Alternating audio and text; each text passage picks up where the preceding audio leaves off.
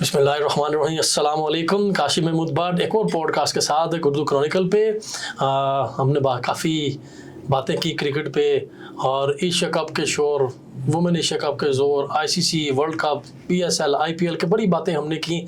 लेकिन यहाँ पे हमने आपको पहले दिन ही कहा था कि हम स्पोर्ट्स को लेकर चलेंगे, ना कि सिर्फ क्रिकेट को। तो लिहाजा इसी चीज़ को मद्देनज़र रखते हुए आज हमारे साथ जो शख्सियत बैठी हैं वो आपको बताता चलूँ को है तो मल्टी टैलेंटेड, लेकिन मैं उनका यहाँ पे तारुफ़ कराऊँगा। हमारे गोल्ड जो श्रीलंका में Asian games, south Asian games खेल के आए श्रीलंका में, वहाँ पे पाकिस्तान का झंडा गाड़ा, टग ऑफ वार के senior most player Nawaz Sandhu साहब, अस्सलाम वालेकुम। वालेकुम सलाम, कैसे हैं भट्ट साहब? अल्लाह का बड़ा एहसान है जी। मैं उर्दू क्रॉनिकल के पूरे स्टाफ की तरफ से अपने आपका बहुत मशकूर हूँ कि आपने हमें इतनी बिजी शेड्यूल से टाइम दिया। आपका बहुत शुक्रिया सर। उर्दू क्रॉनिकल का बहुत शुक्रिया, आपने टाइम दिया। सबसे पहले जो मैं सवालों की बहुत छाड़ करने लगा। नवाज साहब, हमारे देखने वालों को बताएं कि आपकी पैदाइश कहाँ की है और आपके पेरेंट्स के बारे में और अपनी फैमिली के बारे में हमारे देखने वालों को बताइए। जी, मेरी पैदाइश जो है वो लाहौर डीएचए रैबर के अपोजिट साइड पे मेन पे गांव होता था हमारा, अभी भी गांव ही है। वो सोसाइटीज के अंदर आ गया है। सादोकी हल्लो सादोकी के नाम से मशहूर था। राइट। तो मेरी संधू फैमिली से मेरा ताल्लुक है। जी बिल्कुल ठीक है। तो मेरे फादर जो हैं वो एक जिम्मेदार है। जी। तो यही हमारा फैमिली बिजनेस था। That's very good. जी। तो मुझे ये बताएं कि मुझे आपके बारे में, मैंने जैसे पहले कहा कि मल्टी टैलेंटेड हैं, जिम्मेदार भी हैं और एकेडमिक इनका मैं बताऊं तो ये तो 1 साल तक डॉक्टर इनके नाम के साथ लग जाएगा जितनी पढ़ाई ये कर रहे हैं। और डायरेक्टर स्पोर्ट्स की पोस्ट पे भी रहे हैं, तीरंदाजी भी करते रहे हैं, यूनिवर्सिटी कलर होल्डर भी हैं, नेशनल खेला उन्होंने और टग ऑफ वार में पाकिस्तान को प्रेजेंट किया। मैं सब चीज़ें वन बाई वन आपकी तरफ आऊँगा इन तमाम टॉपिक्स को लेते हुए, लेकिन मैं शुरू करूँगा। नवाज साहब, मुझे ये बताएं कि टग ऑफ वार ही क्यों आपने पिक किया? पाकिस्तान पूरे में क्रिकेट, एशिया पूरे में क्रिकेट, लेकिन व्हाई टग ऑफ वार? देखिए भट्ट साहब, पाकिस्तान के अंदर सबसे बड़ी चीज़ जो है ना वो अवेयरनेस की है। जी।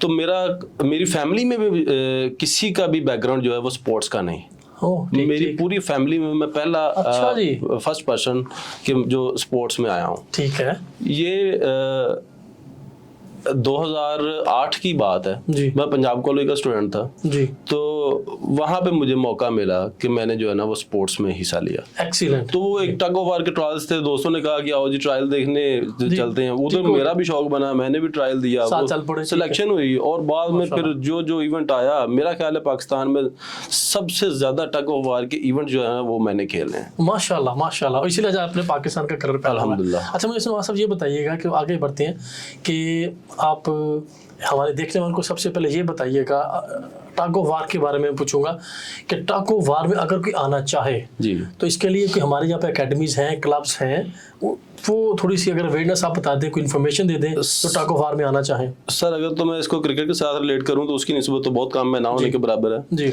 लेकिन अगर टग ऑफ वार में किसी ने आना है तो सूबे में डिफरेंट क्लब्स हैं। राइट।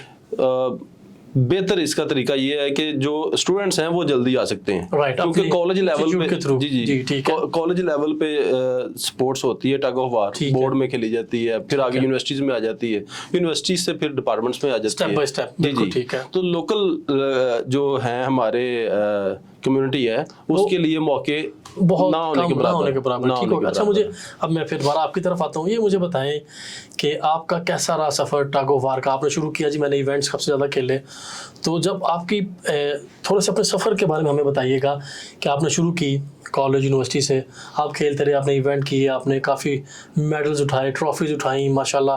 मैं आपकी तस्वीर देख रहा था कि कोई भी पूरी की पूरी आदमी की जगह ही नहीं थी कि आप अकेले छुपे हुए थे, पीछे मेडल्स ही मेडल्स, ट्रॉफीज़। अपने सफ़र के बारे में बताइएगा कि आपने पाकिस्तान कलर होल्ड से पहले क्या सफ़र था आपका, वो हमारे देखने वालों को बताइएगा। भट्ट साहब, अभी तक जो है ना वो 5 इंटरनेशनल मुकाबले हुए हैं टग ऑफ वार के जी। 2002 में हुआ था जी, इंडिया पाकिस्तान का। राइट। उसमें मैं था नहीं, क्योंकि मैंने 2008 में ज्वाइन की टग ऑफ वार। बिल्कुल ठीक है। 2008 के बाद जो है मैंने 2006 में मैंने स्कूल लेवल पे खेली थी टग ऑफ वार। 2008 में मैंने कॉलेज लेवल पे खेली। उसके बाद 2012 में जो है वो इंडो पाक गेम्स हुई उसमें मैं पाकिस्तान की टीम का हिस्सा था माशाल्लाह वार में। उसके बाद 2013 में दोबारा फिर पंजाब इंटरनेशनल हुआ, ठीक है, बिल्कुल ठीक, उसमें भी पाकिस्तान की टीम का हिस्सा था। जबरदस्त। और 2018 में इंटरनेशनल लेवल पे ये एशियन और south Asian tug of war championship हुई। ये कहाँ पे हुई जी? ये श्रीलंका में कोलंबो में जी। तो उसमें पाकिस्तान टीम का हिस्सा था माशाल्लाह। तो मैंने इंटरवर्सिटीज भी खेली, इंटर कॉलेजिएट भी खेला, स्कूल भी खेला, इसी तरह डिपार्टमेंट्स में वापडा से मेरा ताल्लुक है। ठीक है, अच्छा डिपार्टमेंट आप पाकिस्तान मैंने हाँ जी पाकिस्तान वापडा मैंने ज्वाइन किया 2016 में। राइट। तो जब हम बाहर श्रीलंका में पाकिस्तान को रिप्रेजेंट कर रहे थे तो मैं वापडा के पैनल से गया था। जबरदस्त, बिल्कुल ठीक है। तो आपने डिपार्टमेंट को रिप्रेजेंट आपने किया पाकिस्तान टीम में? जी जी, जबरदस्त, दैट्स वेरी गुड माशाल्लाह। तो आपका कैसा रहा एक्सपीरियंस श्रीलंका का? मैं आपको थोड़ी इंटरप्ट करना चाहूँगा, थोड़ी सी यादें हमारे साथ शेयर करें आपकी श्रीलंका की। आप आज पाकिस्तान कलर पहन के जब आप वहाँ पे गए, साउथ एशियन गेम्स, हमारा हमसाय मुल्क इंडिया से भी आपके मुकाबले हुए होंगे, दूसरी कंट्रीज आई होंगे, इसके बारे में हमारे देखने वालों को बताइएगा। बट साहब जो श्रीलंका में जैसे ही हम गए हैं ना जी जी, तो श्रीलंकन्स का जो वो था ना अपना रवैया, वो बाकी जो कंट्रीज थे ना उनकी टीम साथ हमसे बहुत डिफरेंट था। अच्छा, वो जो है ना उनको ज्यादा फ्रैंकली ले रहे थे हमसे, वो ऐसे जैसे थोड़ा थोड़ा सहमे नहीं हुए। Oh my God. तो इस तरह से करके हमने फील किया। आप इतने ऊंचे लंबे इस वजह से नहीं, शायद वो लास्ट डेज में वो श्रीलंकन टीम के साथ जो इंसिडेंट हुआ उस वजह से जो है ना वो थोड़ा सा ना हमारी इसको पाकिस्तानी टीम से थोड़ा सहमे हुए होते।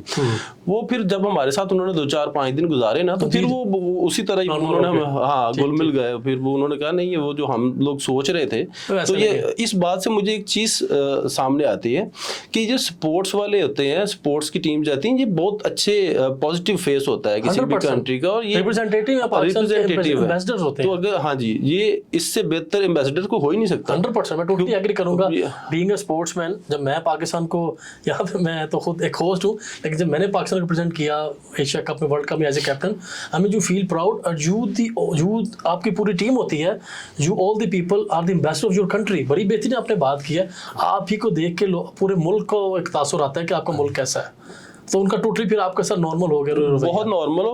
बल्कि उन लोगों ने तो बड़ा चाहा कि हम लोग भी पाकिस्तान में आएंगे जब भी कभी बुलाएंगे। दैट्स वेरी गुड माशाल्लाह। चलें जी, अब मैं टग ऑफ वार से थोड़ा सा एक आगे बढ़ता हूँ। तीरंदाजी, मुझे पता लगा जी कि तीरंदाजी भी आपने काफ़ी एज ए प्रोफेशन उसको भी लिया, उसके बारे में बताइएगा तीरंदाजी के बारे में, क्योंकि ये भी बहुत काम में बल्कि ना होने के बराबर है हमारे कंट्री में। सर 2012 में ना तीरंदाजी इंट्रोड्यूस हुई थी इंटर यूनिवर्सिटीज के अंदर जी। तो तब मैं पंजाब यूनिवर्सिटी का खिलाड़ी था, पंजाब यूनिवर्सिटी का स्टूडेंट था मैं जी जी। तो हम लोगों ने इसको जो है ना वो सीखा जी, और इसको इंटर यूनिवर्सिटीज में खेलने का मौका मिला। तो अल्हम्दुलिल्लाह 2 साल जो है ना फिर हम चैंपियन रहे ऑल पाकिस्तान इंटर यूनिवर्सिटीज की। और इसके अलावा रोइंग का भी मुझे चांस मिला। रोइंग में भी मैं अल्हम्दुलिल्लाह मैं नेशनल में सिल्वर मेडलिस्ट हूँ। एक्सीलेंट। और ब्रॉन्ज मेडल है मेरे पास रोइंग में। That's very good. तो ये यानी कि आपने क्रिकेट के अलावा तमाम गेम्स खेली है। चले जबरदस्ती। अब मैं आऊँगा आपके एकेडमिक कैरियर की तरफ। जी जी। वहाँ सब बहुत कम देखा गया कि स्पोर्ट्समैन हो और वो मैट्रिक भी उसने किया हो, बड़ा मुश्किल होता है, क्योंकि कहते हैं जी कि सानू गेम ही आंदी, हमें इसके अलावा आता ही कुछ नहीं है ये वो। अपने एकेडमिक कैरियर के बारे में बताएं कि अभी आपने कहाँ से स्टडी की, अपने स्कूल के बारे में बताइए, अपने कॉलेज यूनिवर्सिटी, और अभी आप क्या कर रहे हैं ये बताइए। नहीं, मैट्रिक मैंने स्पोर्ट्स ज्वाइन करने से पहले ही कर लिया ताकि रहना चाहूँ। राइट। मैंने कॉलेज लेवल पे स्पोर्ट्स को ज्वाइन किया। ठीक है जी, आपने बताया जी जी। तो अल्हम्दुलिल्लाह मैंने आईकॉम किया, जबरदस्त, बीकॉम किया, ठीक, एमकॉम मेरा हेले कॉलेज ऑफ कॉमर्स से, पंजाब यूनिवर्सिटी से। ये तब बहुत बड़ा ख्वाब हुआ करता था, अभी भी लोगों के लिए ख्वाब है। पंजाब यूनिवर्सिटी में पढ़ना जो है ना वो आम बात नहीं है जी, बहुत बड़ी बात। तो हमें बड़े अच्छे माशाल्लाह वहाँ पे उस्ताद मिले, उन्होंने बड़ा अच्छा पढ़ाया। उनका नाम बताइएगा। जुल्फकार बोरा साहब, माशाल्लाह, जबरदस्त। प्रोफेसर हसन मुबीन आलम साहब, जबरदस्त। फिर मैंने एमएससी स्पोर्ट्स साइंस जो है वो पंजाब यूनिवर्सिटी से की। माशाल्लाह। उसमें बहुत ही हमें अच्छे जो हमारे लीडर एक समझे मिल गए, उन्होंने बहुत ही जो है ना हमें एकेडमिक्स तो क्या साथ साथ जो है ना इंसानों में इंसान बन के रहना भी सिखाया, ग्रूमिंग की है। That's very good. तो वो डॉक्टर जफर इकबाल भट्ट साहब, उनका नाम जो है वो सरफरिस्त जो है, वो मैं समझता हूँ कि मेरी अगर जिंदगी का एक मेंटोर है तो वो डॉक्टर जफर इकबाल भट्ट साहब। माशाल्लाह जी। मैं इस हमारे पॉडकास्ट में 2-3 मेरे बड़े इंपॉर्टेंट क्वेश्चन होते हैं जिसमें मैं पैदाइश का पूछता हूँ, फिर आपने स्टार्ट कहाँ से लिया और अपने उस्ताद मोहतरम का नाम बताएं जो आपके लिए रोल मॉडल है, मेंटोर हैं। डॉक्टर जफर इकबाल भट्ट साहब, दोनों हाथों से मेरा सलाम कबूल कीजिए। और जैसा मैंने आपके बारे में सुना था वैसा ही आपके स्टूडेंट ने आपके बारे में कहा जी कि उन्होंने मुझे डिग्री के साथ साथ मेरी ग्रूमिंग भी की, मुझे इंसान बनाया बेसिकली जैसा कि स्पोर्ट्समैन को होना चाहिए। Very well done, thank you sir. ऐसे स्टूडेंट हमारे पूरे पाकिस्तान को चाहिए जी। नवाज साहब आगे एमएससी स्पोर्ट्स साइंसेस की आपने जी, उसके बाद मैंने एमफिल स्पोर्ट्स साइंसेस जो है वो यूनिवर्सिटी ऑफ लाहौर से किया। ज़बरदस्त, माशाल्लाह। तो उसके बाद फिर साथ जो है वो अपनी प्रोफेशनल मसरूफियत जो है उसमें साथ अपने दूसरे जी बिल्कुल ठीक है। अच्छा ना जी, अब मैं आता हूँ आपके डिपार्टमेंट की तरफ। नवाज साहब, पीछे 3.5-4 साल में हुआ कि डिपार्टमेंटल स्पोर्ट्स को ख़त्म कर दिया गया। चाहे वो मैं खाली क्रिकेट की बात नहीं करूँगा, हॉकी की बात नहीं करूँगा, तमाम गेम्स तो थी ना नियरली डेड पे आ गई थी। इसके बारे में आपके क्या ख्यालात और राय है? और अब लास्ट वीक अनाउंस किया है गवर्नमेंट ऑफ पाकिस्तान ने कि जी डिपार्टमेंटल स्पोर्ट्स बहाल कर दी गई है। दोनों के बारे में बताइएगा कि आप क्या देखते हैं, क्या रोल है डिपार्टमेंट का स्पोर्ट्समैन बनाने में और उसके लिए? भट्ट साहब देखिए जी, अगर आप कहें कि रोजगार प्रोवाइड करने के बगैर जी आप स्पोर्ट्स की तरक्की देख लें तो ये किसी किताब में नहीं लिखा। ओह माय गॉड, कितनी ये सिर्फ वही कह सकता है जो कहता है कि मैंने ट्रिपल PhD मेरी स्पोर्ट्स में है। जी जी जी, अल्लाह का शुक्र है हमारी जान छूट गई है। अल्लाह। हाँ, इसलिए मैंने अभी PhD नहीं की स्पोर्ट्स में। अभी आप कहने कि मैं वहां तक ना जाऊं कहीं मेरी भी PhD स्पोर्ट्स में ना हो जाए। आपने बढ़िया बात कर दी। मैं डिपार्टमेंटल स्पोर्ट्स को जो है ना वो तंग नजरों से देखूं। बिल्कुल ठीक। देखिए जी, मैं तो कहता हूँ डिपार्टमेंट्स ने तो बड़ा बेड़ा उठाया है स्पोर्ट्स का। बिल्कुल ठीक। इतना बेड़ा उठाया है कि अभी तक जो चल रही है ना वो डिपार्टमेंट्स की वजह से ही चल रही है। उसमें वापडा है, देखिए जॉब्स देते हैं 100%। अब चाहे उन्होंने अपने कैडर्स चेंज कर दिए हैं, वो भी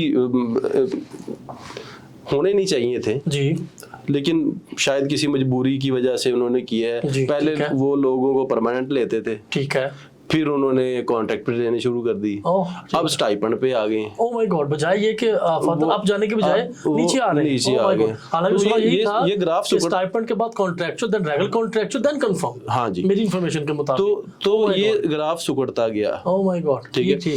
फिर आप रेलवे की बात कर लें, रेलवे में जॉब्स खत्म हो गई। ओह माय गॉड, आप शेड्यूल्स निकाल के देख लें कि स्पोर्ट्स पे भर्तियां रेलवे की बिल्कुल ना होने के बराबर हैं। वो तो बेचारे जैसे गुजारा कर रहे हैं, जैसे वो चलाया हुआ है, वो ये वही लोग लगे हुए हैं जो जुनूनी है, जिनके ब्लड के अंदर स्पोर्ट्स चली हुई है, वो निकल नहीं सकती।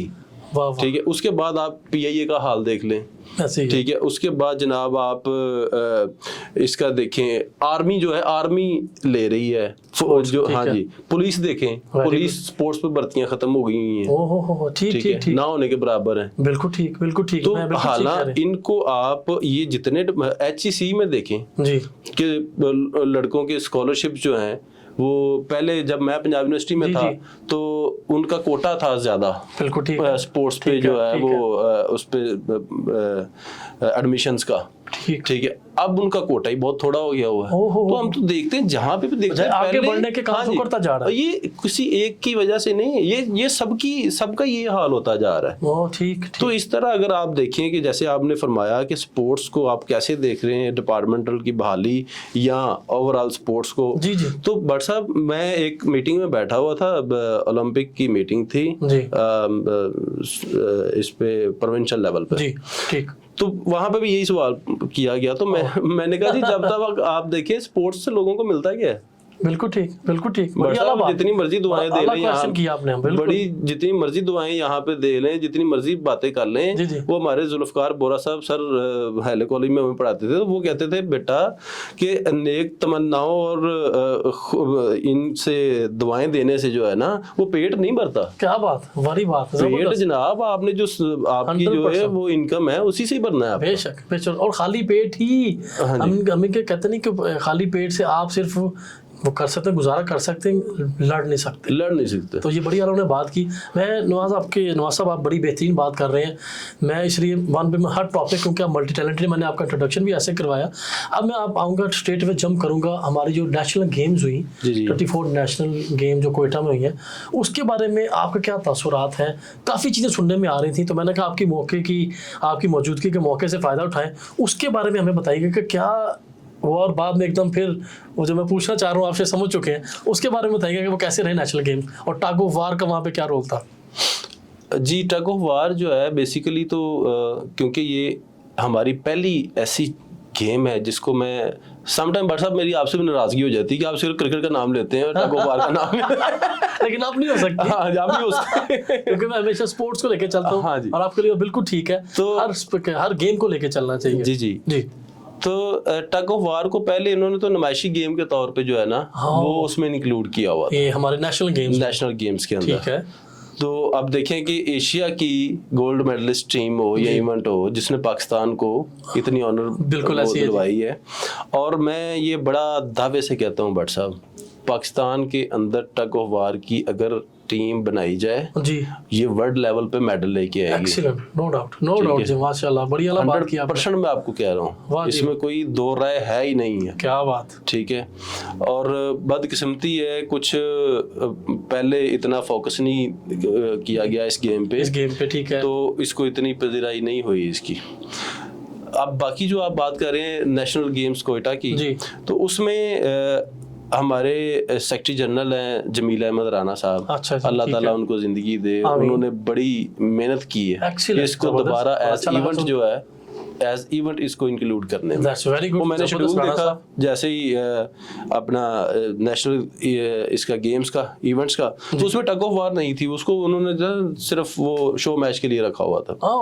तो हमें बड़ा देखिए ना, अगर सारी गेम्स हो जाएं और आप मुझे बताएं क्रिकेट ना होता वो कैसा लगेगा? 100% आपके जो दिल पे क्या बीती है, आप जिस गेम तो हमारे तो ये ब्लड में, हमारे बल में आपको आग लगी होगी, व्हाई नॉट टग इन वो। तो मैं तो पहुंच गया राणा साहब के पास, मैंने कहा सर ये क्या जाती हो रही है हमारे साथ? बिल्कुल ठीक। वो राणा साहब को भी फिर वो लगा, क्योंकि वो अगर 15-20 साल से इसको लेके चल रहे हैं, तो उन्होंने पेन ली और बड़ा पॉजिटिव रोल जो है ना उन्होंने प्ले किया। फिर उन्होंने ओलंपिक में बात की, उनकी मेहरबानी ओलंपिक मैनेजमेंट की कि उन्होंने इसको कंसीडर किया रिक्वेस्ट को, और ये हमने जो है ना वो गेम करवाने में कामयाब हुए वहाँ पे।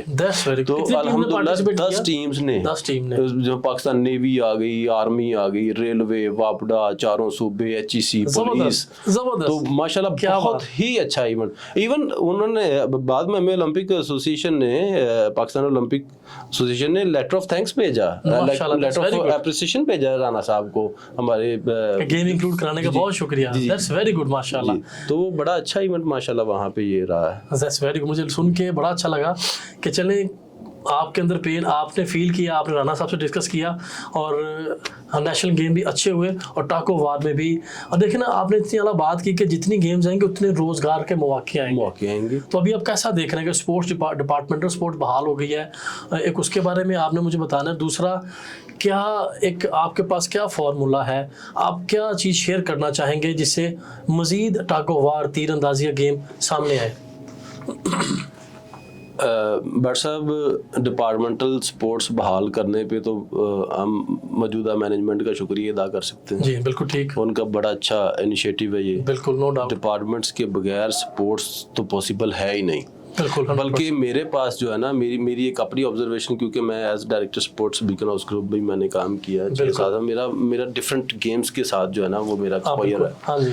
तो उसमें अगर आप चाहते हैं कि स्पोर्ट्स एज करियर हो जी, देखिए मैं कहता हूं कि वो फील्ड जिसमें अगर मैं ये चाहूं कि मेरा बच्चा इसमें आए, तो समझे कि मैं उस फील्ड से मुतमईन हूं। और अगर मैं कहूँ ना कि मेरा बच्चा स्पोर्ट्समैन नहीं बनेगा, तो इसका मतलब है कि वो फील्ड ठीक नहीं है। बिल्कुल ठीक, सिंपल सी बात है, बिल्कुल ठीक। तो अगर तो आप चाहते हैं कि ये हम भी अच्छी जिंदगी गुजारे हैं और हमारे जो हैं जूनियर्स हैं या बच्चे हैं, तो जो हाँ जी, तो आने वाली जो स्पोर्ट्स वालों की जो नस्ल है वो भी इसमें अच्छा अपना रोजगार ले। तो ये डिपार्टमेंट्स की जो स्पोर्ट्स है ये बहाल होनी चाहिए, बल्कि जो सूबों की स्पोर्ट्स है ना उसको भी बहाल किया। उसको बहाल करने का तो बड़ा सिंपल तरीका, ठीक है, इस पे तो कभी किसी ने बात ही नहीं की। ठीक ठीक। देखें आजकल जैसे ट्रेंड है क्रिकेट जी, उसी तरह ट्रेंड है रियल एस्टेट। राइट, ठीक है, बिल्कुल काफी इन रियल एस्टेट आजकल। हाँ जी जी। और हर सूबे में हमारा रियल एस्टेट की एडमिनिस्ट्रेशन भी होती है और हर सूबे में हमारा स्पोर्ट्स बोर्ड भी बना हुआ है। बिल्कुल ठीक है, सिंपल सी चीज है। बिल्कुल ठीक है। अगर आप सिर्फ रियल एस्टेट की जो यूनियन कह लें या हर उसकी सूबे की, हाँ या आपका जो स्पोर्ट्स बोर्ड है आप कोई उसको इस तरह से आपस में रिलेट कर दें, वो development kind of thing department बना दें, बिल्कुल ठीक है। ठीक है, ये जो हमारे सूबे में जो स्पोर्ट्स डिपार्टमेंट बने हुए हैं उसमें आप एक छोटा सा जो है ना वो बूथ बना दें इसका, ये एक सब ब्रांच बना दें। हाँ जी, कि जिनका काम होगा जितनी रियल एस्टेट्स हैं या आपकी कंस्ट्रक्शन जो इंडस्ट्री है, ये बहुत बड़ी इंडस्ट्री है। ठीक है, बिल्कुल। इसमें पेंट वाले आ जाते हैं, इसमें जनाब हर तरह की जो है ना वो ये सैनिटरी वाले आ जाते हैं, बड़ी बड़ी कंपनियां इसमें इन्वॉल्व हैं, बड़ा पैसा कमा रहे हैं ये लोग। आ जाती हैं। हाँ जी, बिल्कुल ठीक। आप चाहते हैं कि वो डायरेक्ट अगर इन्वॉल्व हो जाए, अगर वो स्पोर्ट्स फैल जाए, आप हर सूबे को कह दें कि जी आप अपनी 10-15 टीमें बनाएं जो मेजर गेम्स हैं, बिल्कुल ठीक, उसमें बनाएं और उसके बाद एक 2-2 टीमें ऐड करते जाएं। अब एक देखिए एक सूबे को इतना फंड इकट्ठा करने में कितनी को दिक्कत आएगी। बिल्कुल ठीक है, कोई दिक्कत ही नहीं है। और जितने हाँ जी रियल एस्टेट को इन्वॉल्व करने, आप अपनी कंस्ट्रक्शन इंडस्ट्री को इन्वॉल्व करें तो इसमें तो बड़ी ब्रांचेस बन जाती हैं। ये तो यकीन करें कि प्लेयर ही उतने नहीं होने जितनी वो फंड आ जाने हमारे पास। तो लेकिन बड़ा अच्छा आपने मशवरा दिया कि अगर सूबों की टीम बन जाए, हमारे 5 सूबे हैं तो उसमें से अगर 5 टीमें भी, मैं 10 नहीं कहता, स्टार्ट 5 से ले, हर साल 1 या 2 टीम ऐड करते रहे तो ये देखिए कहाँ से कहाँ चला जाएगी बात। और दूसरी जो आपने बेहतरीन बात की डिपार्टमेंटल स्पोर्ट्स की, डिपार्टमेंटल स्पोर्ट्स 100% है जो बैकबोन है, मैं कहूँगा स्पोर्ट्स तो मैन और वुमेन दोनों की, तो उनको आगे आना चाहिए, रोजगार देने चाहिए और ग्राउंड्स बनाने चाहिए। मैं तो ये कहूँगा। मैं नवाज साहब आपकी यहाँ पे मौजूदगी का फ़ायदा लूँगा क्योंकि ये हमारे एक पोस्ट कार्ड का 3-4 इम्पोर्टेंट चीज़ें हैं, क्योंकि मशवरा देना चाहिए। आप जितने भी स्पोर्ट्स अपकमिंग प्लेयर हैं जो हमें देख रहे हैं, यंगस्टर हैं, जो आपके फ़ैन भी आपको देख रहे हैं, कोई मैसेज इस प्लेटफॉर्म पर देना चाहें।